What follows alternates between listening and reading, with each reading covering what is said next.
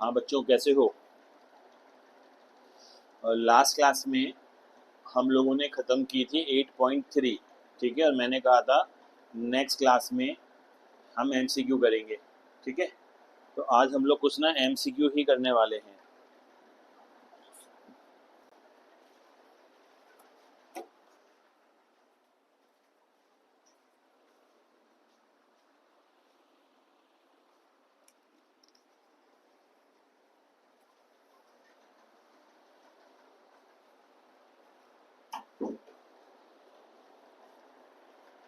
तो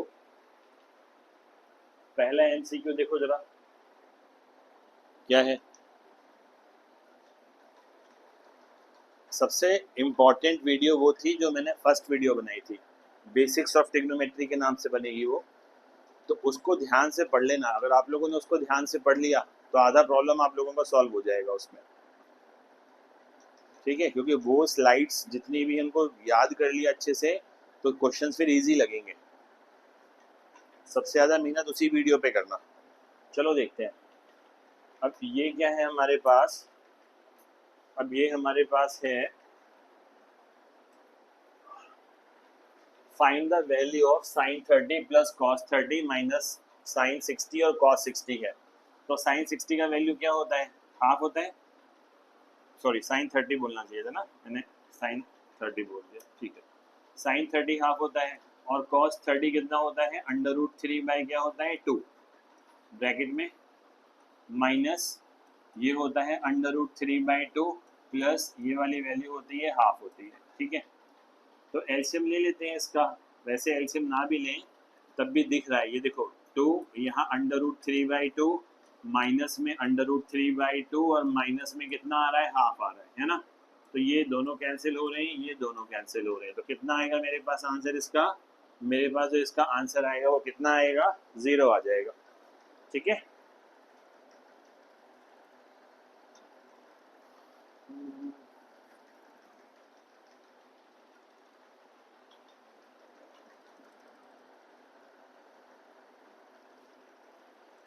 second question देखो। Find the value of tan 30 degree by cot 60 degree है। ठीक है, तो क्या करेंगे यहाँ पर? मेरे पास ये वैल्यू है, यहाँ पर tan ऊपर आ रहा है 30 डिग्री और नीचे आ रहा है cot 60 डिग्री आ रहा है, cot 60 डिग्री। तो tan 30 तो क्या होता है? 1/√3 होता है और cot 60 tan का रेसिप्रोकल होता है। तो ये tan 60 डिग्री होता है √3। तो cot 60 कितना हो जाएगा? 1/√3 हो जाएगा, 1/√3 हो जाएगा, 1/√3। ठीक है, तो इसको सॉल्व कर देंगे। ये दोनों कैंसिल होने वाले हैं पूरे पूरे। So this is equal to क्या आने वाला है? 1 आने वाला है। This is equal to 1। Sine 45 है। देखो बहुत इजी इजी, ये एग्जाम्पलर में है सारे क्वेश्चंस आप लोगों के। ठीक है, यहाँ पर कॉस कितना आएगा? 45 आएगा। ये हो जाएगा 1/√2, ये भी हो जाएगा 1/√2। एलसीएम में ऊपर 2 आ जाएगा, नीचे √2 आएगा। लिखने का तरीका क्या होता है? 2 को लिख सकते हैं √2 इंटू √2, 2 ही होता है और यहाँ √2, ये कैंसिल आ जाएगा। So this will become √2। तो हमारे को क्या मिलेगा यहाँ से? √2 मिल जाएगा। ठीक है, यहाँ हमको क्या मिल जाएगा? √2 मिल जाएगा।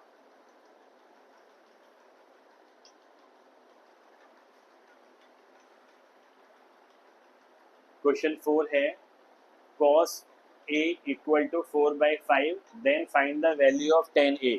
ये हमारा 8.1 से जुड़े हुए क्वेश्चन है ना, रेशियो में गिवन होते थे। क्या सिखाया था मैंने यहाँ पे? क्या सिखाया था? मैंने कहा था यहाँ a ले लो, यहाँ पर इसको एक राइट एंगल होना जरूरी है। a यहाँ ले लेते हैं। ठीक है, c यहाँ ले लेंगे, c यहाँ ले लेंगे। अब ये वाला a है और ये 4/5 है। अच्छा, cos का फॉर्मूला क्या होता है?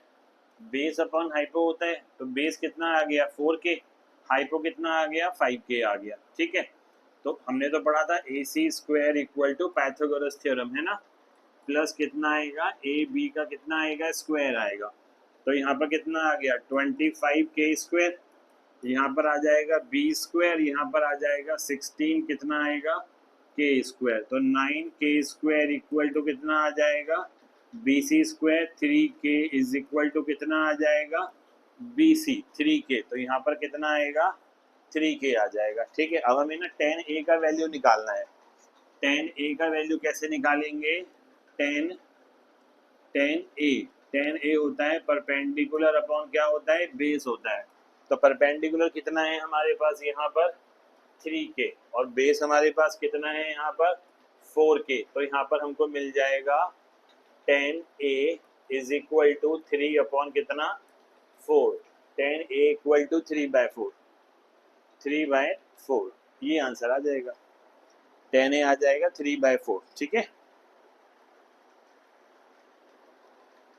अब देखो जरा, देखो क्वेश्चंस करने के ना बहुत सारे मेथड होते हैं। मैं तुम्हें इसके ना 2 तरीके बताता हूँ।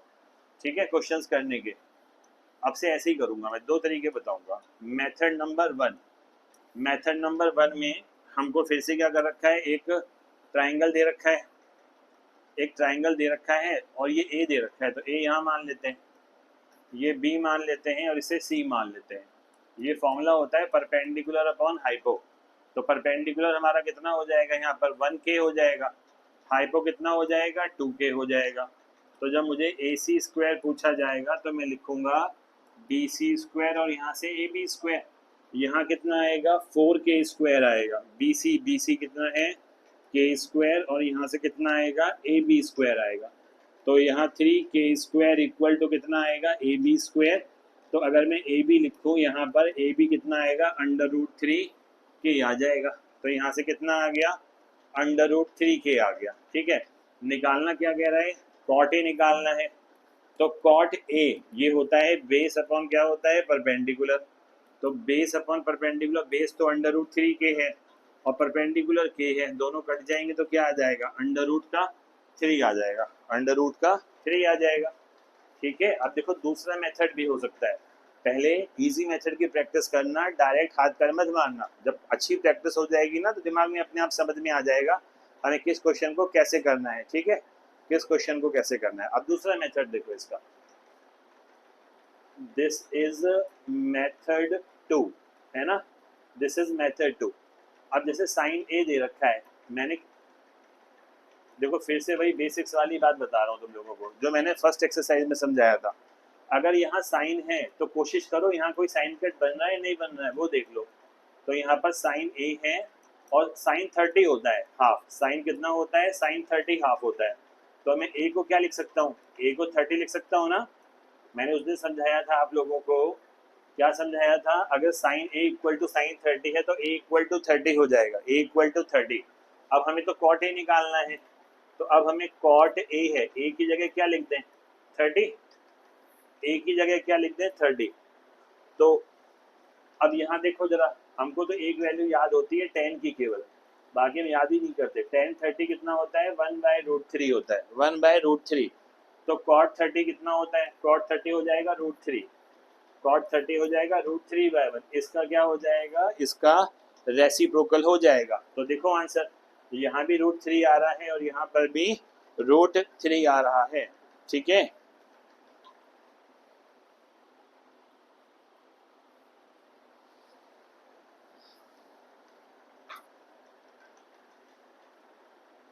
नेक्स्ट क्वेश्चन देखो।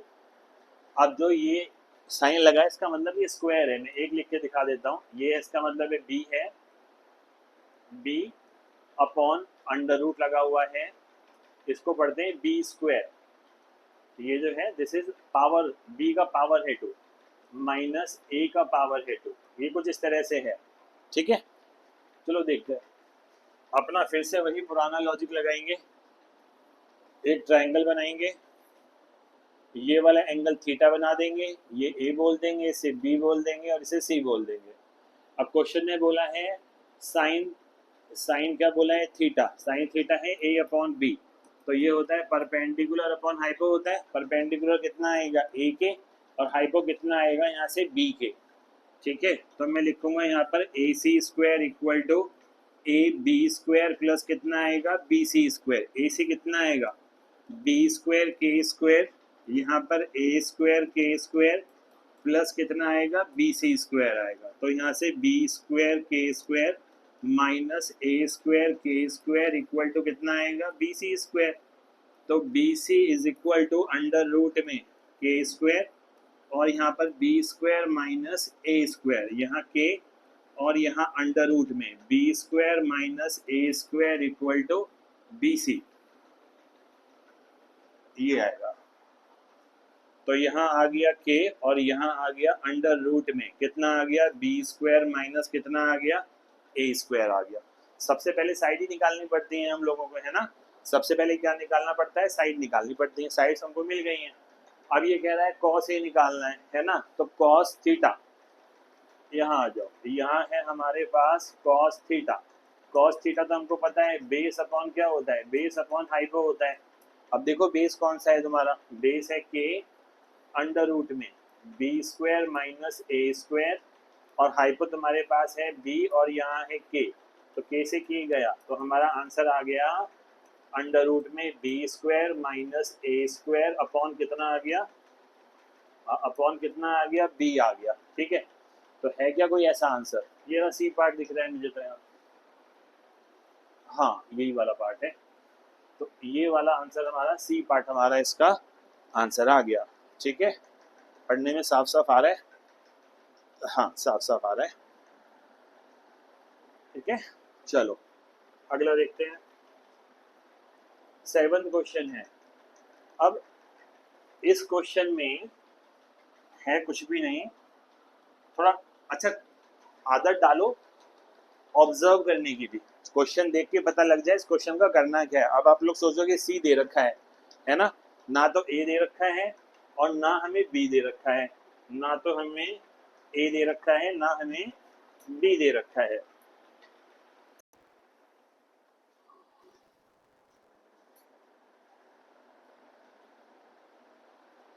Hello hello,